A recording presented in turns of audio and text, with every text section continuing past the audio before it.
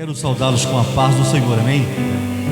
Graças a Deus que o Senhor mais uma vez tem nos proporcionado este momento de podermos estar aqui para bendizermos o seu santo nome e termos a oportunidade de meditarmos um pouco mais na sua santa e poderosa palavra. Eu quero compartilhar de um trecho da Santa Escritura. O Espírito Santo, Ele colocou em meu coração uma passagem que se encontra no Evangelho de Jesus Cristo, escrito pelo apóstolo João, em seu capítulo de número 17. Louvado seja Deus. Eu vou ler para ganharmos um pouco mais de tempo. Capítulo 17, versículo 14, 15, 16 e também 17, que diz assim: Dei-lhes a tua palavra, e o mundo os odiou, pois eles não são do mundo, como eu também não sou. Não rogo que os tire do mundo, mas que os proteja do maligno. Eles não são do mundo, como eu também não sou. Santifica-os na verdade, a tua palavra é a verdade, amém? Meus amados irmãos, Jesus é a pessoa central de toda a Escritura Sagrada. Tudo o que escreveram converge unicamente a Ele. A palavra de Deus é a vontade do Senhor revelada à humanidade. Sempre foi, e enquanto os homens aqui estiverem vivendo sobre a face da terra, ainda será a vontade de Deus em revelar aos homens a sua profunda e poderosa vontade. Jesus, antes de ser preso, ele faz uma oração, sabendo o que lhe aguardava. Ele se põe a buscar a presença do Pai, e no momento em que ele atinge o ápice da oração, ele vai rogar, ele vai pedir, ele vai gemer em oração em favor dos seus discípulos, em favor de todos aqueles que iriam ser atingidos pela palavra de Deus. Jesus vai fazer um pedido ao Pai. O pedido que Jesus vai fazer ao Pai, que está assentado em um alto e sublime trono, é: santifica-os na verdade, porque a tua palavra é a verdade. Eu dei a eles a tua palavra, mas o mundo os odiou, porque assim como eu não sou do mundo, eles também não são. E é justamente por este motivo que o mundo os tem odiado. Então eu rogo ao Pai, santifica-os na verdade, porque a tua palavra é a verdade. O escritor, a carta aos Hebreus, no capítulo de número 12, versículo 14, ele vai dizer: segue a paz com todos e a santificação, sem a qual ninguém verá o Senhor. Deixa eu te dizer uma coisa, querido. Jesus, ele não morreu nem pelo meu e nem pelos seus sonhos. Jesus morreu pelo meu e pelos seus pecados. Entretanto, a mensagem que hoje as pessoas têm propagado sobre este mundo, sobre os ouvidos dos homens, é completamente contrária àquela que Jesus pregou, não apenas ao povo da sua época, mas também a todos os seus apóstolos, que posteriormente também dariam continuidade à pregação do Evangelho.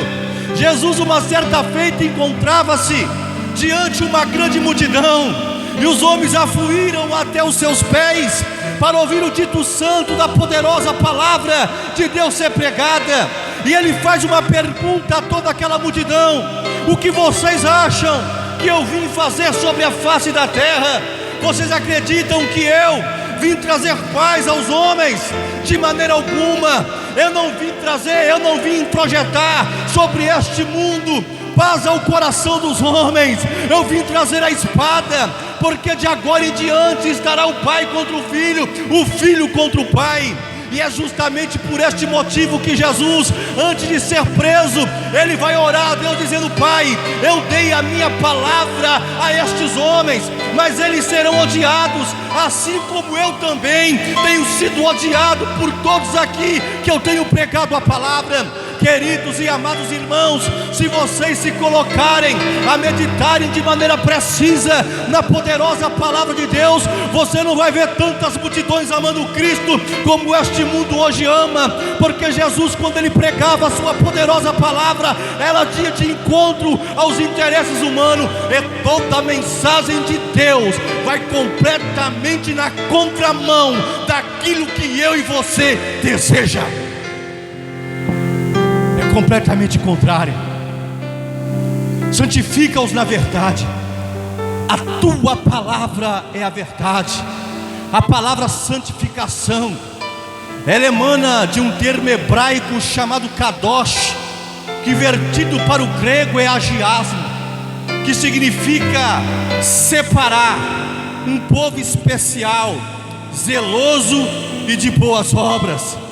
Entretanto, persistir no caminho da vida eterna não é uma tarefa fácil, porque é necessário que aqueles que se aproximam de Deus tomem a sua cruz e neguem-se a si mesmo.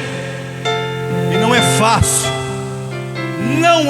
fácil, em hipótese alguma, o homem dizer não aos caprichos de seu coração, porque tudo que o homem vai na contramão daquilo que Deus criou e formou. Deus criou e formou um homem puro, um homem santo, um homem íntegro, um homem reto, e é justamente este homem que Jesus veio reclamar ao Pai. Jesus veio trazer a verdade, a fim de que, após esta mensagem ser infundida no coração do homem, ele entenda perfeitamente a sua posição sobre a face da terra. A brevidade da vida. A vida é transitória, passageira. Hoje você está aqui e talvez amanhã você não esteja mais. A Bíblia fala disso de maneira clara, de maneira categórica, que nós precisamos estar constantemente vigilantes a respeito da volta de Cristo. Talvez Cristo não volte para a humanidade, mas Ele pode voltar para mim, Ele pode voltar para você. E como Ele vai nos encontrar? Talvez esta não é a mensagem que você veio desejosa a ouvir, mas é a mensagem do Evangelho. Jesus, ele veio trazer a mim e a você a vida eterna, e esta vida que Cristo veio nos trazer, ela requer de cada um de nós um esforço, muitas vezes fora do anormal, fora das nossas forças, para que o Pai possa olhar para mim e para você e ver dentro de nossos corações que não existe nada neste mundo que seja mais importante para mim e para você do que estarmos unidos, intrinsecamente ligados ao Senhor, Criador dos céus e da terra. Santifica-os na verdade, a tua palavra é a verdade. O desejo de Jesus, do Espírito Santo, é comunicar ao coração de cada ser humano sobre a face da terra a vontade de Deus sobre a vida deles. Mas a Bíblia diz em 2 Coríntios capítulo 4 e versículo de número 4, que o Deus deste século, que é o diabo, ele tem cegado o entendimento dos incrédulos, para que não lhes resplandeça a glória do Evangelho de Jesus Cristo, que é a imagem de Deus. Não, Ele não quer que os homens entendam, Ele não quer que os homens compreendam o sentido verdadeiro do Evangelho. A poderosa palavra de Deus é a única capaz de revelar a mim e a você a vontade de Deus. O apóstolo Paulo, quando pregava, ele disse: olha, não somos como muitos, nós que aqui estamos, os meus companheiros de trabalho, nós não somos como muitos falsificadores da palavra de Deus. Antes falamos de Cristo com sinceridade de Deus, como que na presença do próprio Deus. Quando ele fala, nós não somos como muitos falsificadores, a palavra falsificação, ela está dentro de um termo grego chamado kapelios, que significa mercadejar, fazer negócio com a palavra. É transmitir uma mensagem tão poderosa que ela é capaz de convencer você de fazer tudo o que o pregador deseja, não que Deus deseja. Então a mensagem, ela tem a capacidade de persuadir, de convencer você, de muitas vezes você dar aquilo que você não tem. São os falsificadores da palavra de Deus, falsificadores que não poupam o rebanho, mas com palavras persuasivas de sabedoria humana, com lisonja, eles conseguem atrelar, aprisionar o coração dos incautos e fazer com que eles façam justamente o que a mensagem deles, porque não é a mensagem de Deus, está pedindo. Mas nesta noite Jesus tem rogado por mim e por você: santifica-os na verdade, revela, Pai, mostra, Pai, de maneira clara a verdade a todos aqueles que um dia abraçarão a vida eterna. O apóstolo Paulo diz: se esperamos de Cristo somente para esta vida, se esperamos de Cristo somente para esta vida, somos os mais miseráveis homens que existem. Somos os mais miseráveis homens que existem. Hoje o povo cristão pensa muito pouco a respeito da vida eterna, a respeito de um corpo de glória, a respeito das coisas que Deus criou, que o ouvido nunca ouviu, nunca subiu ao coração do homem, nunca ele teve a capacidade de pensar, que Deus criou para aqueles que nele esperam. As pessoas pensam muito pouco a respeito desta riqueza imensurável, uma riqueza que não temos a capacidade de descrever a sua imensidão. Uma riqueza incalculável é a vida. Quando um homem, querido, ele sabe perfeitamente que ele vai partir, ele pensa em tudo que ele fez de errado, em tudo que ele fez de errado, e nas coisas certas que ele deixou de fazer. Mas quando este ainda é iluminado pela verdade, ele tem a oportunidade de confessar diante de Deus suas falhas, seus erros, e alcançar ainda de Deus misericórdia, porque Ele é boníssimo, misericordiosíssimo para com todos aqueles que nele esperam.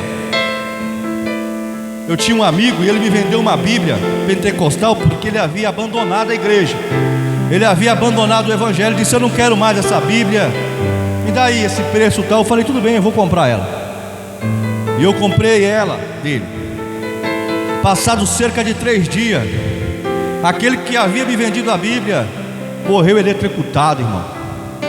Eletrocutado. Morreu sem esperança de contemplar Cristo assim como Ele é. Porque hoje Cristo te conhece perfeitamente, mas tem a esperança de que um dia, assim como você é conhecido por Ele, você também o conhecerá.